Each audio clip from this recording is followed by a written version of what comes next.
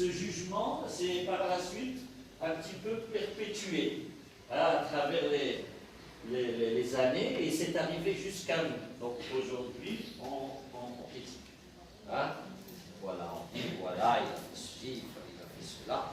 Bon, alors maintenant, oui. Je crois que c'est négatif à 100%, parce que grâce à cette œuvre, on peut voir l'amélioration de la femme marocaine et on peut voir le niveau culturel que la femme marocaine a pu atteindre à travers les années. Très bien, voilà, bravo.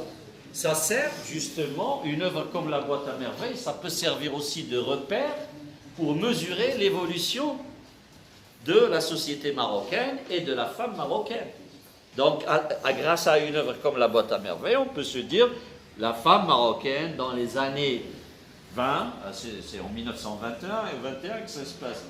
Dans les années 20, voilà comment vivait la femme marocaine, voilà comment elle se conduisait, voilà comment elle s'habillait. Et on peut mesurer l'évolution. Quand on voit aujourd'hui quand même le progrès prodigieux, hein, n'est-ce pas, réalisé dans la société marocaine, l'évolution. Avec sa mère, Lala Zouida. C'était très très péjoratif et je ne vois pas qu'il a donné la vraie valeur de la femme marocaine. Surtout dans le point physique, dans le physique. Sur le plan physique. Oui. Sur le plan physique, parce que bon, moi je ne sais pas, si on lit les œuvres de grands auteurs, il y a la même chose. Hein. On fait des portraits négatifs de certains personnages, que ce soit des hommes, des femmes.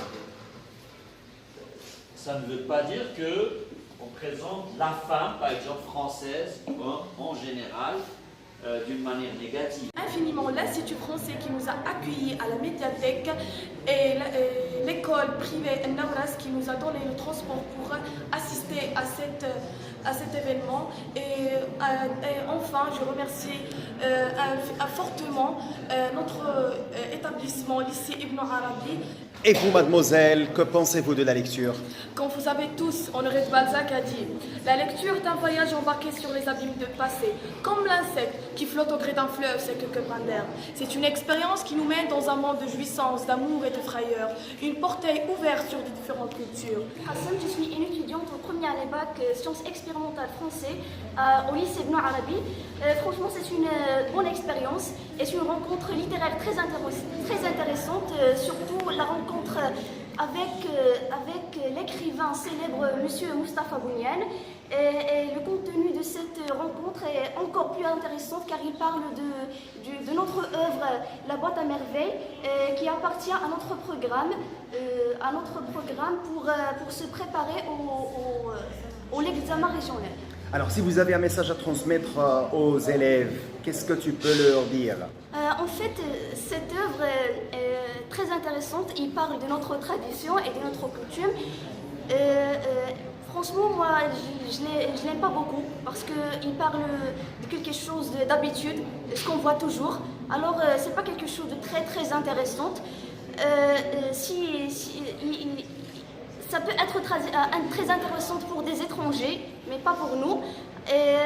En fait, mais ce n'est pas mal si on prend en considération qui est la première œuvre littéraire d'expression française au Maroc. Alors, mademoiselle, que pensez-vous de la lecture?